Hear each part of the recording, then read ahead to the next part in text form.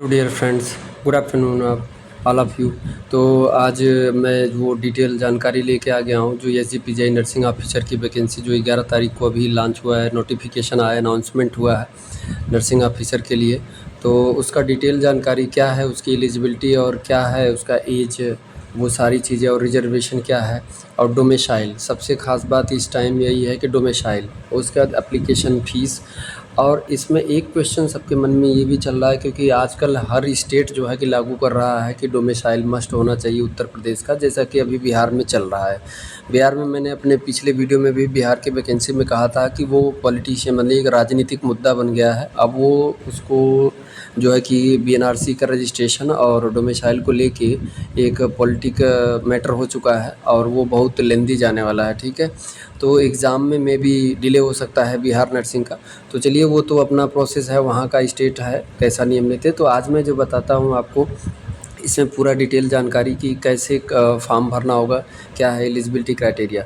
तो फ्रेंड्स, अगर आप हमारे चैनल पर नए हैं तो चैनल को सब्सक्राइब ज़रूर कर लीजिएगा और बेल आइकन को ज़रूर दबा लीजिएगा, क्योंकि जो ये जानकारी है ये सभी के लिए है। तो अगर ये जानकारी अच्छी लगेगी तो आप जो है कि इस वीडियो को शेयर कीजिएगा।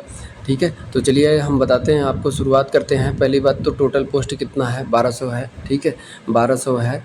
अच्छी हॉस्पिटल है संजय गांधी। ठीक है, ये एसजीपीजीआई संजय गांधी स्नातकोत्तर आयुर्विज्ञान संस्थान। ठीक है, एसजीपीजीआई। ठीक है, तो आइए बात करते हैं पहले हम post name and nursing officer. ठीक है, पोस्ट नेम क्या है, नर्सिंग ऑफिसर है। अगर पोस्ट का नंबर ऑफ़ पोस्ट की बात करें तो 1200 है।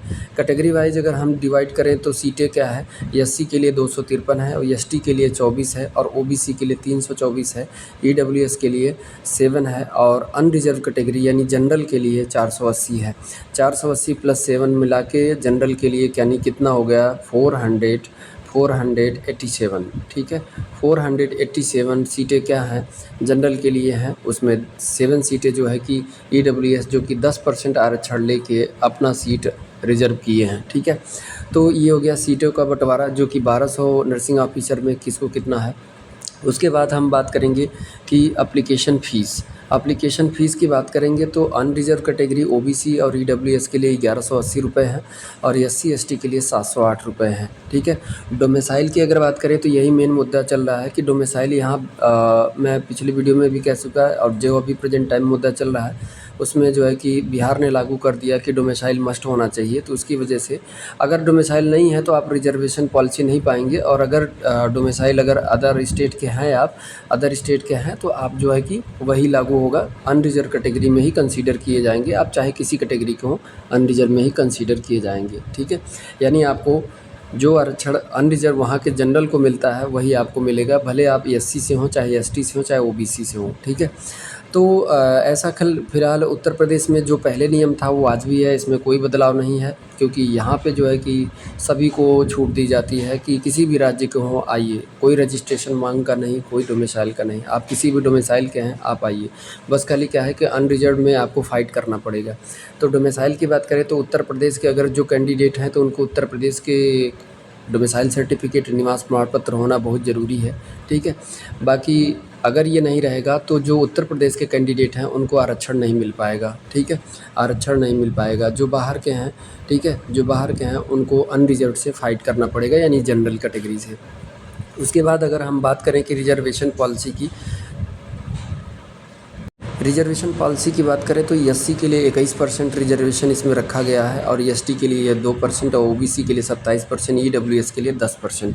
सीटों का बंटवारा इसी के अकॉर्डिंग किया गया है, इसी के अकॉर्डिंग किया गया है। ठीक है, उसके बाद दिव्यांगजन को 4% छूट दिया जाएगा और एक सर्विसमैन उसके लिए 5% और फ्रीडम फाइटर के लिए 2%, यानी कि किसी इन सभी कैटेगरी में अगर कोई कैंडिडेट अगर दिव्यांगजन होगा तो उसको 4% और जोड़ लिया जाएगा। और उसके बाद एक सर्विसमैन होगा तो 5% और जोड़ लिया जाएगा, यानी कि इसके अलावा 21% के अलावा, जैसे एससी में है तो जैसे एससी कैटेगरी में अगर कैंडिडेट है दिव्यांग है तो यह 21 + 4 और जोड़ लिया जाएगा। और ये जब मेरिट जारी होता है तो उसमें कंसीडर किया जाता है, मेरिट लिस्ट बनती है, कट ऑफ बनता है, तो उसमें फ्रीडम फाइटर है 2% और उसके बाद फीमेल कैंडिडेट है तो 20%, यानी कि किसी भी कैटेगरी के फीमेल हो उसको 20% मिलेगा। ठीक है, छूट मेरिट लिस्ट में। उसके बाद आगे अगर हम बात करें एज की, ठीक है। आयु की बात करें तो इसमें मिनिमम 18 एज ईयर्स होना चाहिए, वर्ष होना चाहिए, और मैक्सिमम 40 साल होना चाहिए, ठीक है। उसके बाद आपको बता दें कि क्वालिफ़िकेशन क्या है। क्वालिफ़िकेशन में बात करें तो इसमें बीएससी नर्सिंग है, और बीएससी नर्सिंग चाहे किए हैं आप, चाहे पोस्ट बीएससी किए हैं, चाहे जेएनएम किए हैं, लेकिन आईएनसी रिकॉग्नाइज्ड यानी कि आईएनसी से मान्यता प्राप्त कॉलेज होना चाहिए आपको। जिस भी कॉलेज से आप पास आउट हुए हैं बीएससी नर्सिंग, वो आईएनसी से मान्यता प्राप्त कॉलेज होना चाहिए, या यूनिवर्सिटी से पढ़े हैं तो उस यूनिवर्सिटी में जो आपका नर्सिंग फैकल्टीज नर्सिंग कॉलेज है वो आईएनसी से मान्यता प्राप्त होना चाहिए। उसके बाद जो है कि रजिस्टर्ड नर्स एंड मिडवाइफ, अगर बीएससी किए हैं तो रजिस्टर्ड नर्स एंड मिडवाइफ, ठीक है, वो किए हैं। और अगर जेएनएम है आप तो जेएनएम में आरएम यानी कि रजिस्टर्ड मिडवाइफ और प्लस 2 साल का एक्सपीरियंस, या तो फिर पोस्ट बीएससी आप किए हैं, पोस्ट बीएससी। तो इसमें आपको क्वालिफ़िकेशन यानी कि एलिजिबिलिटी क्राइटेरिया में क्वालिफ़िकेशन एलिजिबिलिटी क्या है, बीएससी नर्सिंग किए रहे हैं, या फिर बीएससी नर्सिंग ऑनर किए रहे हैं, या पोस्ट बीएससी नर्सिंग है, तो आपको जो है कि एक्सपीरियंस की ज़रूरत नहीं है। लेकिन अगर जेएनएम किए हैं तो 2 साल का एक्सपीरियंस है होना चाहिए, या तो फिर पोस्ट बीएससी होना चाहिए आपके पास। पुराना ही नियम था उत्तर प्रदेश में, जो नियम पहले था वो आज भी है, कोई बदलाव नहीं है उसमें। किसी भी स्टेट के आ सकते हैं, कोई रजिस्ट्रेशन कहीं का भी हो, रजिस्ट्रेशन कहीं का भी हो चलेगा, ठीक है, ऐसा कोई नहीं है। तो ये जानकारी आपके लिए आई थिंक बहुत ही इम्पोर्टेंट है। इसको आप जो है कि ज़्यादा से ज़्यादा लोगों तक पहुंचाइएगा। नेक्स्ट वीडियो में हम बताएंगे कि फॉर्म फिलअप करने का क्या डेट है और क्या लास्ट डेट है और कैसे प्रक्रिया है, उसके साथ हम आपको बात करेंगे। तो मिलते हैं नेक्स्ट वीडियो में। Thank you so much. और अगर ये जानकारी अच्छी लगी हो तो इसको आगे तक प्रोसीड करना। आपका लाइक करना और आपका शेयर करना ही हमें मोटिवेट करता है, और हम आपके लिए नई नई जानकारी लाते हैं ताकि आप पढ़ के आप बेरोज़गार ना रहें। इस फील्ड में आप जो है कि अपने कैरियर को जो है कि इस प्रोफेशन में बहुत टॉप पे ले जाएं, और ताकि आप भी अपना जो है कि एक सपना पूरा कर पाएँ, जो भी आपका सपना है, पैसे, गाड़ी और ये सभी, ठीक है। तो सभी लोग यही चाहते हैं। तो हम भी चाहते हैं कि आपको अच्छे से जल्दी से जानकारी मिल जाए और फॉर्म फिल कर लें और एग्ज़ाम क्वालिफाई करें और आप अपना नौकरी प्राप्त करें, ठीक है। Thank you so much dear, thank you friends, good afternoon and जय हिंद, जय भारत।